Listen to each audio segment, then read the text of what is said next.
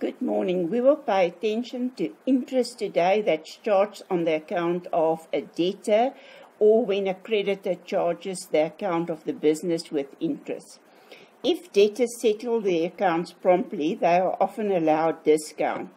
If they don't settle their accounts in a considerable time, interest is usually charged on this overdue amount. Interest charged on account is recorded by means of a general journal entry.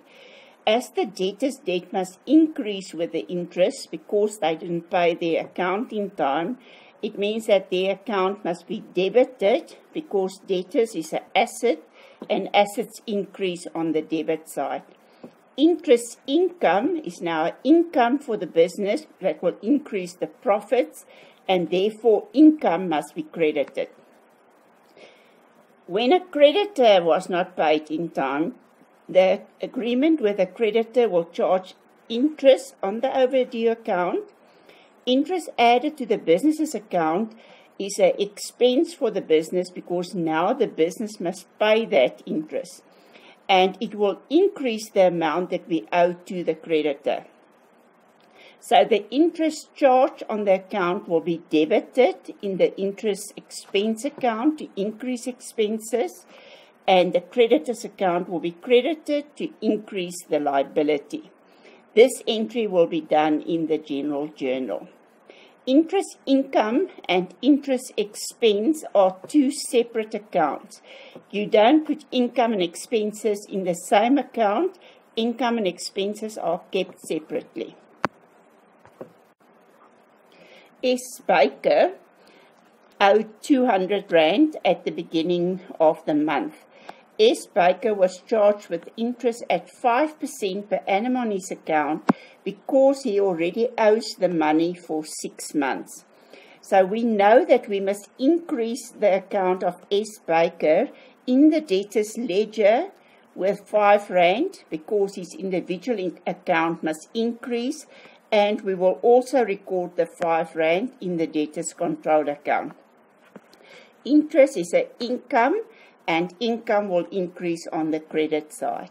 If we have to calculate the interest, we will take the amount, 200 Rand, multiply it with the 5%, and work it out for the number of months that the interest is charged. In this case, they said it was 6 months, so we will work out the interest for 6 months. Nzini received a notice from Gallagher Shoes that their account was debited with 7 Rand. Now remember, that is in Gallagher Shoes business that they will debit it, because from their point of view, we are a debtor to them. In our books, Gallagher Shoes is a creditor because we owe the money to them.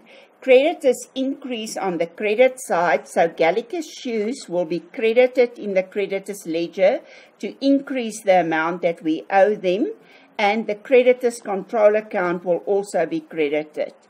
Now we have to pay interest, so interest expense will be debited with 7 Rand. In the general ledger, the interest expense account will be debited because expenses increase on the debit side, and we will show that Gallagher Shoes was credited. The interest income account will be credited because income always increases on the credit side. If we look at the ledger accounts, we see that S. Baker, the outstanding amount was 200. We added another 5 Rand on the debit side because they didn't pay in time. So now the outstanding debt increased to 205 Rand. In the creditor's ledger, the outstanding amount was 120 Rand. We credit the account with 7 Rand because we didn't pay in time, so we owe them 127 now. When the account of a debtor is not paid in time, the account of the debtor is debited to increase the amount that he owes you, and interest received, that is an income, will be credited. When the account of a creditor is not paid in the required time, the creditor will be credited to increase the outstanding amount of the liability, and the expense account interest expense will be debited.